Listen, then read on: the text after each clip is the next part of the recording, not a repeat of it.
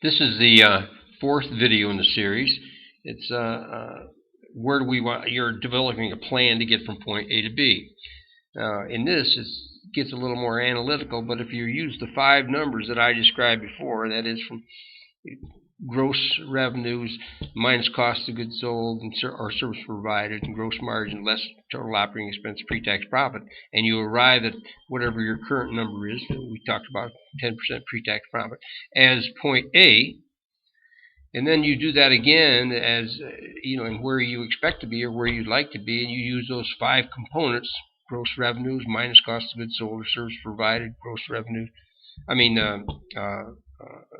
gross margin less total operating expense pre-tax profit out in the future sometime, and your number there is call it 25% pre-tax profit, or an improvement from 10% to 25%.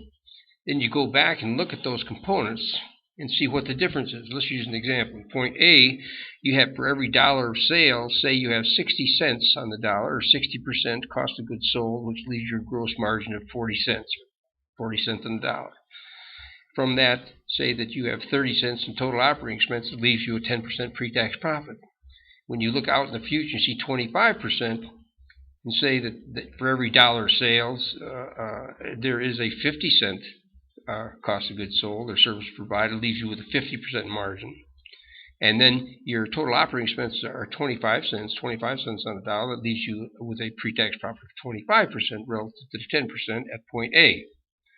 In looking at those components, you see that there has to be an improvement in the total operating expenses. If that's the area then you focus on, that's how you focus. Now, it could be that there's an improvement in cost of goods sold that's in the mix as well. Then whomsoever is responsible for that area, their job is to get from point A to B. Of course, you talk to these people as you proceed. I hope that's clear. The next component, the next video in this series, we're going to focus on the will to succeed, or your personal determination, which is very much important. Thank you.